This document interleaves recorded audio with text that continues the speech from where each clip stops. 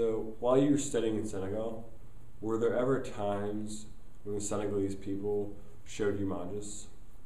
From meeting artists who use resources in ways we cannot even fathom, to rap artists in Senegal who were for the Magis. And I know this is hard to understand, but rap is different in Senegal in that it can be a serious political influence.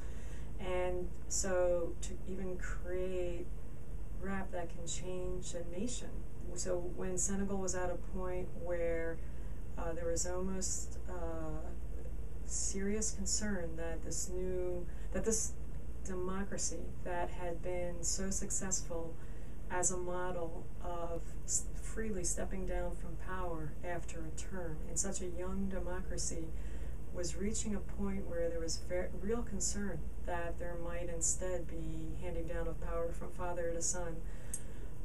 These rap artists made a difference, and they were out in the street, and then once there was a free election and things went on, then they decided, okay, so now we've connected, let's put our use into service. So something that goes right along with our idea of Magis and being for others, being improving for and with others, which I think is always really important with partners. They were out in the streets, in the city for good, as Rockhurst is in Dakar.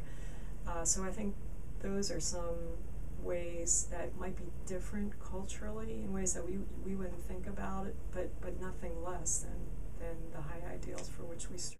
So in Senegal, there's the tradition of 3 cups of tea. How does that relate to Magis?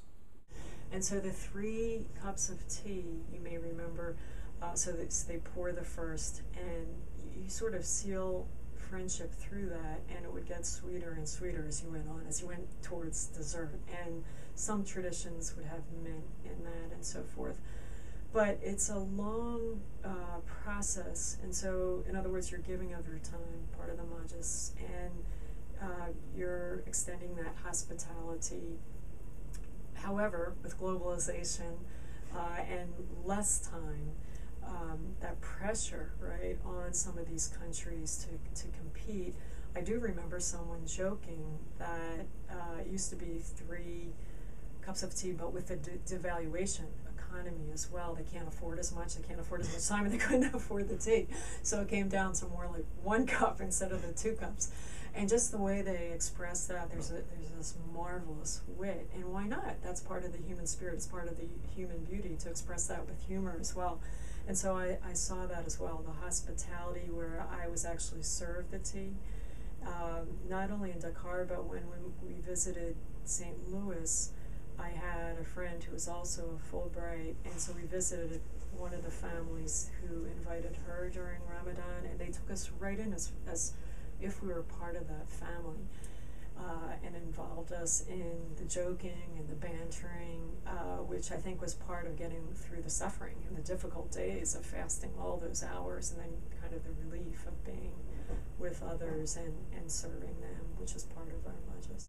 So when there's times in your life when it seems like you've been dealt an unfair hand, how do you deal with that spiritually? Those are times. I guess what comes to mind right away is Scott Hendrickson, who was Father Scott Hendrickson, who was a Jesuit, a young Jesuit. He was here at that time, here at Rockhurst. And so when I was supposed to, before I went to Africa, I was actually had spent the year preparing to take a group of students to France, and I was supposed to do that first in May, and I left for Senegal in the fall. Well, he stepped right in, so I think part of the way I deal with it is just the network of friends. So I was on the phone and called him. He was on retreat and agreed to do it right away. So having that support, and I'll never forget a card he sent, and you may have heard about it, about the footsteps in the sand, that you see an extra kind of set of footsteps, and whose were they? Well, they were Christ kind of carrying you through it. So part of my understanding of that time is we're in a broken world, part of which we contribute to the brokenness, part of which we try to heal and redeem kind of one person at a time. I do believe we're co-creators, redeemers with with God, and that's a huge privilege. Difficult all the time. We need carrying. We need to carry others. Thank you so much, Dr. Madigan. And this has been Magis at Rockhurst.